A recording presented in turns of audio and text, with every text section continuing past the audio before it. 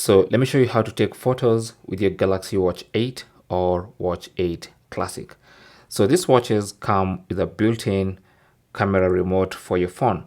So if you scroll, you will see a camera icon, and when you tap on it, it launches the camera of your phone. So I'm gonna get my phone. So as long as your phone is within Bluetooth, you'll have this option to allow permission to control the camera. So just tap on allow, and then that's going to launch your camera.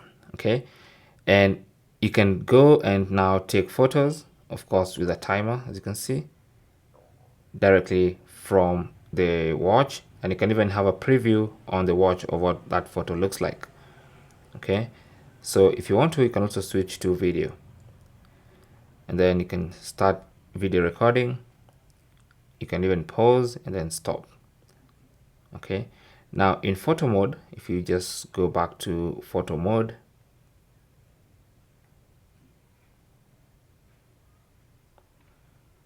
you don't have to use a timer. Okay, so you can just turn off the timer from at the top there, and then you can now take photos directly. Okay, now if you want the timer, just tap on it at the top there, and then that gives you a timer. Now unfortunately, it doesn't allow you to switch between the front facing and the rear camera. Okay, you have to do that on the phone, but once it's set up, you can now leave your phone on a tripod or something or somewhere, and then you can just take maybe selfies of yourself. Let me just put it here. You can take selfies of yourself just by pushing the shutter button on your watch. Anyway, thanks for watching and good luck.